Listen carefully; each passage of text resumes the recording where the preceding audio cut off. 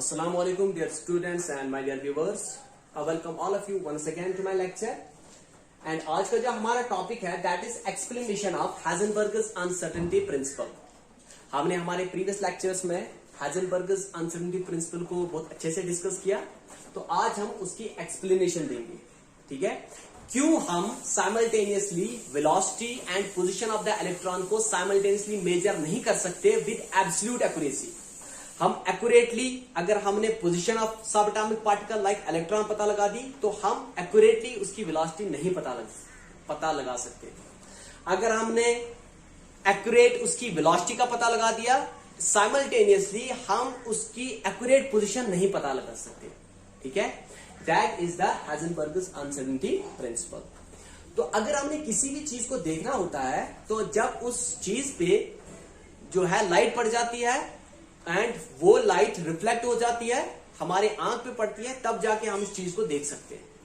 इसी तरह से अगर हमने इलेक्ट्रॉन की पोजीशन एंड वेलोसिटी को पता लगाना है, तो हमें इलेक्ट्रॉन जो है हमें उसके ऊपर light of radiation of light डालनी होगी. ठीक है, तो यहां पे जो है इलेक्ट्रॉन प्रेजेंट है and that is the original path of electron. इस इलेक्ट्रॉन को, इस पाथ को इलेक्ट्रॉन ने फॉलो करना है. ठीक है, ये पाथ जो है इलेक्ट्रॉन को फॉलो करना है, that's why this path is original path. ठीक है, एंड अब इलेक्ट्रॉन को हमें देखना है, उसकी पोजीशन एंड उसकी वेलोसिटी को पता लगाना है हमें, तो हमें इस पे इंसिडेंट रेडिएशन डालनी होगी. तो हमने यहाँ पे इंसिडेंट रेडिएशन इस इलेक्ट्रॉन पे डाली है ताकि हम इसकी पोजीशन एंड इसकी वेलोसिटी को पता लगाएं.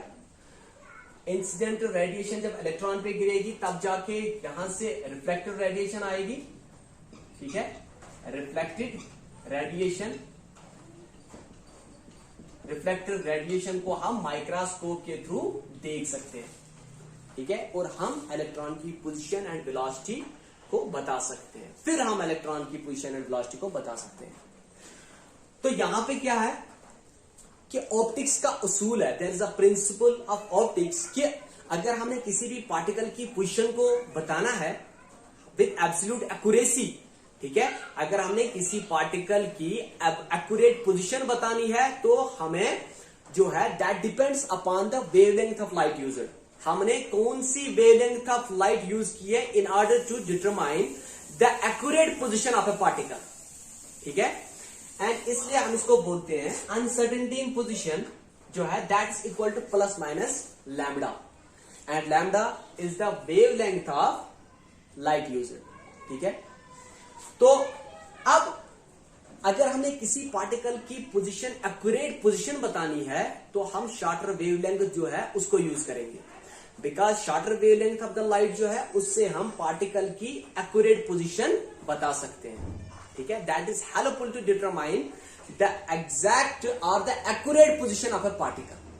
क्योंकि हमें इलेक्ट्रॉन की पोजीशन पता लगानी है, तो सबसे बेहतर रहेगा कि हम शॉर्टर वेवलेंथ ऑफ लाइट को इलेक्ट्रॉन पे स्ट्राइक करें. ठीक है, तो जब हम शॉर्टर वेवलेंथ ऑफ लाइट इस पे स्ट्राइक करेंगे, शॉर्टर वेवलेंथ ऑफ लाइट का मतलब, ठीक है, शॉर्टर वेवलेंथ ऑफ लाइट का मतलब उसकी फ्रीक्वेंसी ज्यादा होगी, because frequency and wavelength of the light are inversely proportional. तो अगर वेवलेंथ कम है, तो फ्रीक्वेंसी ऑफ द लाइट या frequency of the radiation will be higher. ठीक है, and at the same time अगर फ्रीक्वेंसी ऑफ द रेडिएशन जो है बहुत ज्यादा है, तो इसका मतलब क्या हुआ, energy of the radiation will B high. ठीक है, तो अगर हम यहां पे लाइट यूज कर रहे हैं and light is made up of definite या small packets of energy and each packet of energy is called photon. ठीक है, तो अगर फोटॉन जो है, फोटॉन की जो हमने शॉर्टर वेवलेंथ यूज की है, उसकी वेवलेंथ अगर कम है, that means frequency of the light will be high. अगर फ्रीक्वेंसी ज्यादा हो गई, इसका मतलब क्या है, एनर्जी ऑफ द लाइट और energy of the photons will be larger. ठीक है, वो बहुत ज्यादा होगी. एंड जब हम हाई एनर्जी फोटॉन्स को इस इलेक्ट्रॉन पे स्ट्राइक करेंगे in order to know it is position and velocity, तो होता क्या है, ये उस एनर्जी ऑफ द फोटॉन को एब्जॉर्ब कर लेती है. ठीक है, ये इलेक्ट्रॉन उस एनर्जी ऑफ द फोटॉन को एब्जॉर्ब कर लेती है and it follows a new path and velocity. जब ये उस हाईली एनर्जेटिक फोटॉन को एब्जॉर्ब करेगा, ठीक है, उसकी एनर्जी को एब्जॉर्ब करेगा, its direction as well as velocity changes. अब जो हमारा अटेम्प्ट था इसकी पोजीशन एंड वेलोसिटी पता लगाने की, वो फेल हो जाता है। हम उसकी पोजीशन एंड वेलोसिटी को पता नहीं लगा पाते because it absorbs the energy of the photon and its direction of moment as well as velocity change and it follows a new path and new velocity. ठीक है, तो जो हम देखना चाहते थे कि इलेक्ट्रॉन की पोजीशन क्या है इस पाथ में, वो हम पता नहीं लगा सकते, एंड इसकी वेलोसिटी क्या है जब ये इस पाथ में, ओरिजिनल पाथ पे जब ये मूव करता है, तो इसकी वेलोसिटी क्या है वो भी हम पता नहीं लगा सकते बिकॉज इसकी जो पाथ है, जो इसकी पोजीशन है, वो भी चेंज हो जाती है by using the light of shorter wavelength, and इसकी वेलोसिटी भी चेंज हो जाती है। अब दूसरा सोल्यूशन है हमारे पास, इसका मतलब क्या हुआ, इसकी वेलोसिटी चेंज हो गई, ठीक है, तो इसका मतलब and the mass of the electron remain same, तो हम बोलेंगे इसका मोमेंटम चेंज हो जाता है। ठीक है, तो हम बोलेंगे इसका momentum of the electron changes because its velocity changes. ठीक है, तो अब अगर हमने लाइट ऑफ लॉन्गर वेवलेंथ अगर हमने यूज की, लॉन्गर वेवलेंथ का मतलब wavelength of the light is larger, it means that its frequency will be smaller, frequency इसकी बहुत कम होगी, और जितनी कम फ्रीक्वेंसी होगी उतनी ही कम एनर्जी होगी according to Planck's quantum theory. ठीक है, तो इससे क्या होगा, अब इसके पास एनर्जी कम है, जब हम लॉन्गर वेवलेंथ ऑफ रेडिएशन को इस पे स्ट्राइक करेंगे इलेक्ट्रॉन पे, तो इसके पास बहुत कम एनर्जी है। ठीक है, तो इसकी वजह से ज्यादा मोमेंटम पे ज्यादा असर नहीं पड़ेगा, ज्यादा इसका पाथ जो है वो चेंज नहीं होगा, इलेक्ट्रॉन की वेलोसिटी पे ज्यादा असर नहीं पड़ेगा। तो हम शॉर्ट में बोलेंगे कि मोमेंटम ऑफ द इलेक्ट्रॉन जो है वो ज्यादा चेंज नहीं होगा because momentum is equal to mass into velocity. इसकी वेलोसिटी चेंज नहीं हो रही है इलेक्ट्रॉन की, ठीक है, इसका मास तो कांस्टेंट है। हम बोलेंगे जो मोमेंटम है दैट्स नॉट अफेक्टेड, वो ज्यादा चेंज नहीं होगा। ठीक है, तो इसकी वजह से क्या होता है, हम लेकिन ये जो लॉन्गर वेवलेंथ रेडिएशन है, हम इसकी वजह से पोजीशन जो है, पोजीशन ऑफ सब एटॉमिक पार्टिकल लाइक इलेक्ट्रॉन्स को हम प्रिसाइजली बता सकते हैं। ठीक है, हम इनको एक्यूरेटली पता नहीं लगा सकते, हम इनको प्रिसाइजली बता सकते हैं, हाँ वो यहां पे हो सकता है। ठीक है, शायद की बात आ रही है, ठीक, लेकिन अगर हमने शॉर्टर वेवलेंथ यूज की, हम उसकी वजह से position and velocity of electron पता तो लगा सकते हैं, लेकिन उसकी वजह से होता क्या है, ये इलेक्ट्रॉन उन हाईली एनर्जेटिक फोटॉन्स को एब्जॉर्ब करता है, उसकी वजह से इलेक्ट्रॉन का एक अलग पाथ आज बन जाता है जहां से ये मूव करता है, एंड इसकी वेलोसिटी भी चेंज हो जाती है। तो हम ना तो बाय यूजिंग शॉर्टर वेवलेंथ से हम ना तो इलेक्ट्रॉन की पोजीशन एंड वेलोसिटी बता सकते हैं, एंड ना ही हम लॉन्गर वेवलेंथ ऑफ लाइट अगर हम यूज करेंगे उसकी वजह से भी हम इलेक्ट्रॉन की पोजीशन एंड वेलोसिटी को डिटरमाइन नहीं कर सकते। ठीक है,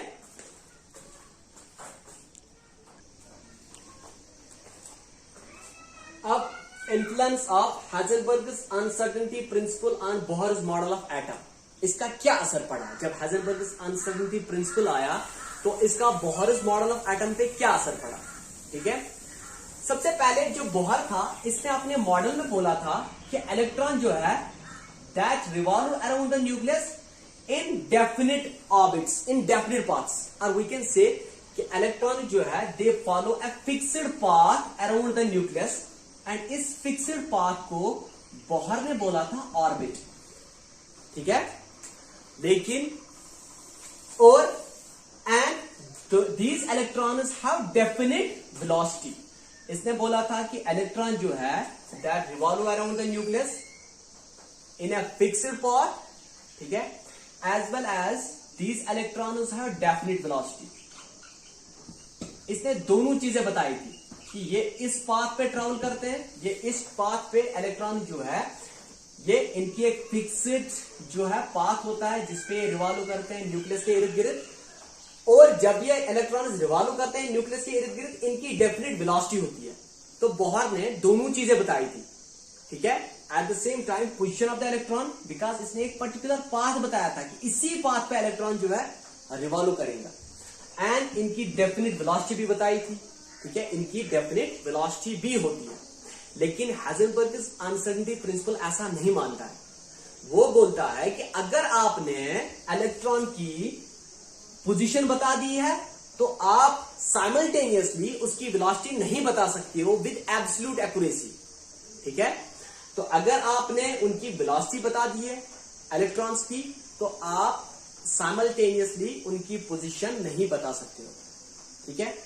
तो फिर इस कॉन्सेप्ट को जो है ये वैलिड नहीं था कि बोहर ने दोनों बता दिए कि electron is revolve around the nucleus in a fixed path. उस फिक्स्ड पाथ का बोहर ने नाम दिया था ऑर्बिट विद डेफिनिट वेलोसिटी, ठीक है, एंड सर्टेन एनर्जी, ठीक। तो हाइजेनबर्ग अनसर्टेनिटी प्रिंसिपल के आने के बाद इस कॉन्सेप्ट को ये नो मोर टेनेबल था, मतलब इसकी वैलिडिटी खत्म हो गई थी कि ये एक्सेप्टेबल नहीं है। फिर बोला गया कि ऑर्बिट नहीं, जो न्यूक्लियस होता है, ठीक है, न्यूक्लियस के इर्द गिर्द एक 3 डायमेंशनल स्पेस होती है, एक एरिया होता है, एक रीजन होता है न्यूक्लियस के बाहर जहां पे हमें इलेक्ट्रॉन मिलने के चांसेस बहुत ज्यादा होते हैं, ठीक है। हम यहां पे किसी पाथ की बात नहीं कर रहे हैं। जो बोहर था उसने बिल्कुल एग्जैक्टली बताया था कि इलेक्ट्रॉन इस पाथ से चलेगा, उसके एक फिक्स्ड रास्ता होता है इलेक्ट्रॉन का, इलेक्ट्रॉन के मूवमेंट का एक फिक्स्ड रास्ता होता है अराउंड द न्यूक्लियस, ठीक है। And at the same time उसने ये भी बताया था कि इनकी एक डेफिनेट वेलोसिटी होती है। लेकिन जब हाइजेनबर्ग अनसर्टेनिटी प्रिंसिपल आया तो फिर बताया गया कि इलेक्ट्रॉन जो है, इलेक्ट्रॉन न्यूक्लियस के इर्द गिर्द एक पर्टिकुलर पाथ फॉलो नहीं करता। हाँ, न्यूक्लियस के बाहर एक स्पेस होती है, एक रीजन होता है, 3 डायमेंशनल रीजन होता है, जहां पे हम बोल सकते हैं कि इलेक्ट्रॉन मिलने के चांसेस बहुत ज्यादा है, ठीक है। एंड उन इलेक्ट्रॉन्स की स्पेसिफिक या डेफिनेट एनर्जी भी हो सकती है, ठीक है। एंड दिस जो इस रीजन है या जो स्पेस है अराउंड द न्यूक्लियस, इसका नाम दिया गया था ऑर्बिटल। सो ऑर्बिट का कंसेप्ट खत्म कर दिया गया और वहां पे ऑर्बिटल का कंसेप्ट लाया गया, ठीक है। तो मैं यहां पे लिख देता हूं ऑर्बिटल क्या होता है, the space or 3-dimensional region, 3-dimensional region around the nucleus,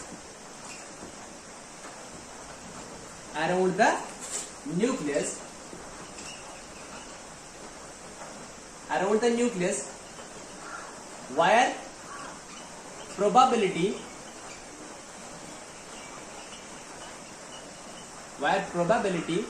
of finding an electron is maximum। उसने बोला कि हाँ, हम ये नहीं बोलेंगे कि इलेक्ट्रॉन एक पर्टिकुलर पाथ फॉलो करता है और उसकी एक डेफिनेट वेलोसिटी होती है। नहीं, हम ये बोलेंगे कि इलेक्ट्रॉन न्यूक्लियस के बाहर एक रीजन होता है, ठीक है, 3 डायमेंशनल स्पेस होती है जहां पे हमें इलेक्ट्रॉन मिलने के चांसेस बहुत मैक्सिमम होते हैं, जहां पे हमें इलेक्ट्रॉन मिलने के चांसेस बहुत ज्यादा होते हैं, ठीक है। और यहां पे हम किसी पर्टिकुलर पाथ की फॉलो नहीं, पाथ जो है, कोई पर्टिकुलर पाथ जो है इलेक्ट्रॉन का नहीं बता रहे हैं। हम बोल रहे हैं कि ये एक रीजन है, ठीक है, न्यूक्लियस के बाहर, ठीक है, this is the 3 dimensional region around the nucleus जहां पे हमें इलेक्ट्रॉन मिलने के चांसेस बहुत ज्यादा है। एंड आपने इन ऑर्बिटल्स का सुना होगा, s orbital, p orbital, d orbital, ठीक है। तो s जो होता है उसकी शेप स्फेरिकली सिमेट्रिकल होती है, p ऑर्बिटल जो होता है डम्बल शेप्ड होता है, d ऑर्बिटल जो है डबल डम्बल शेप्ड है, ठीक है। एंड जो ऑर्बिट है इसमें मैक्सिमम हमारे 2n स्क्वायर इलेक्ट्रॉन्स आ सकते हैं। एक ऑर्बिट में 2n स्क्वायर इलेक्ट्रॉन्स आ सकते हैं, ठीक है। And n is the principal quantum number, ठीक। शेल जो ऑर्बिट इसने बताया था उसको हम शेल बोलते हैं, द मेन एनर्जी शेल, ठीक है।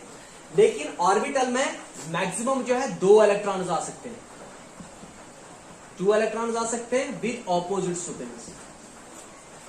ऑर्बिट जो है इसकी शेप सर्कुलर हो सकती है, और इट कैन बी इलिप्टिकल। लेकिन ऑर्बिटल जो होता है इसकी डिफरेंट शेप्स होती है। जैसे मैंने बताया कि एस जो है it is spherically symmetrical, S जो है it is spherically symmetrical, and P जो होता है it is dumbbell shaped, P जो है it is dumbbell shaped, D जो है it is double dumbbell shaped. ठीक है। एंड जो ऑर्बिट है ये हमें एक पर्टिकुलर पाथ बताता है कि इलेक्ट्रॉन इस पाथ से रिवॉल्व करता है around the nucleus with definite velocity के साथ। लेकिन ये अनसर्टेनिटी प्रिंसिपल को वायलेट करता है। ठीक है। अनसर्टेनिटी प्रिंसिपल होता है कि अगर आपने एट द साइमल्टेनियसली अगर आपने पोजीशन बताई सब एटॉमिक पार्टिकल लाइक इलेक्ट्रॉन की, आप उसकी वेलोसिटी नहीं बता सकते। लेकिन ये हमें दोनों बता रहा है। ठीक है। लेकिन जो ऑर्बिटल है ये जो है ये हमें कोई पाथ इलेक्ट्रॉन का नहीं बता रहा है। ये खाली हमें बताता है कि न्यूक्लियस के बाहर एक रीजन है, एक 3 डायमेंशनल स्पेस है जहां पे हमें इलेक्ट्रॉन मिलने के चांसेस ज्यादा है। ठीक है। ये हमें कोई पाथ नहीं बता रहा। That is the difference between orbit and orbital.